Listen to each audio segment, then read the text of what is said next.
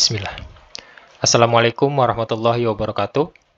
Masih di seri bahasa Inggris dasar, pada kesempatan kali ini kita akan membahas tentang subordinating conjunction.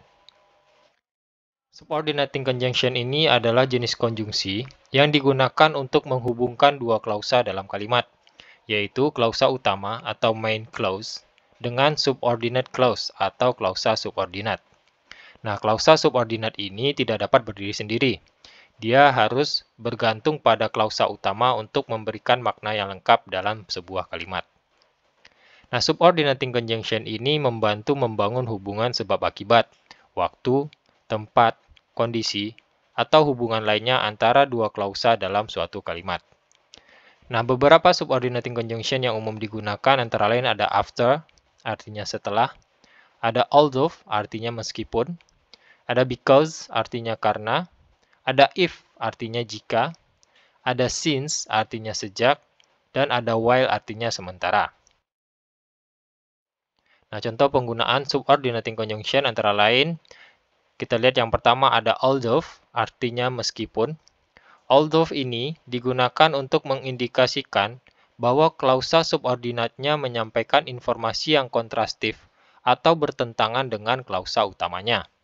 Nah, fungsinya ini untuk menyatakan perbedaan atau kontras antara dua buah pernyataan.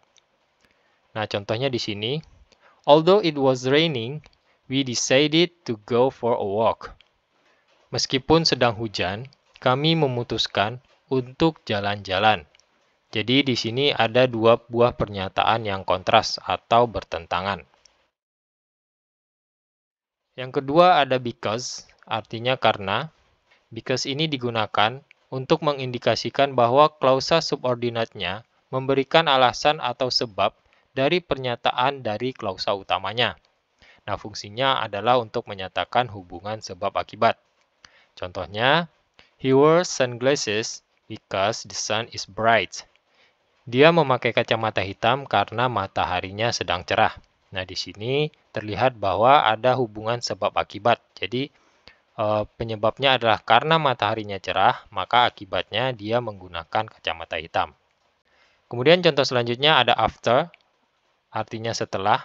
After ini digunakan untuk mengindikasikan klausa subordinat dengan klausa utama dan menyampaikan urutan waktu antara kedua peristiwa tersebut. Nah, fungsinya di sini untuk menyatakan bahwa satu peristiwa terjadi setelah peristiwa yang lainnya. Contohnya di sini, he reads a book after he finishes his dinner. Dia membaca buku setelah dia selesai makan malam. Jadi di sini ada urutan kejadian bahwa si subjek ini melakukan kegiatan ini karena setelah melakukan kegiatan yang lainnya. Kemudian contoh selanjutnya ada if, artinya jika.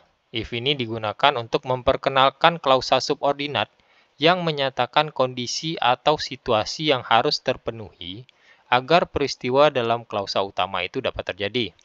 Nah, fungsinya adalah untuk menyatakan hubungan kondisional atau sebab akibat.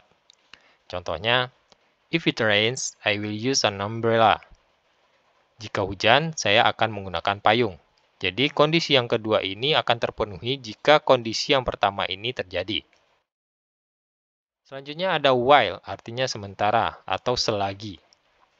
While ini digunakan untuk menghubungkan dua klausa dalam suatu kalimat, di mana satu klausa bertindak sebagai klausa utama dan yang lainnya bertindak sebagai klausa subordinat. Nah, fungsi utama dari while ini adalah menyampaikan dua peristiwa yang terjadi pada saat yang sama. Nah, contohnya, he watches movie while he eats dinner. Dia menonton film sambil dia makan malam. Jadi, kegiatannya ini terjadi secara bersamaan. Oke, jadi itu pembahasan kita tentang subordinating conjunction. Mudah-mudahan bisa memberikan pemahaman yang jelas kepada teman-teman. Saya mohon maaf jika ada kesalahan atau kekeliruan dalam informasi yang saya sampaikan. Teman-teman bisa menyampaikan koreksinya di kolom komentar. Atau mungkin ada yang ingin didiskusikan, silahkan tulis saja di kolom komentar. Terima kasih.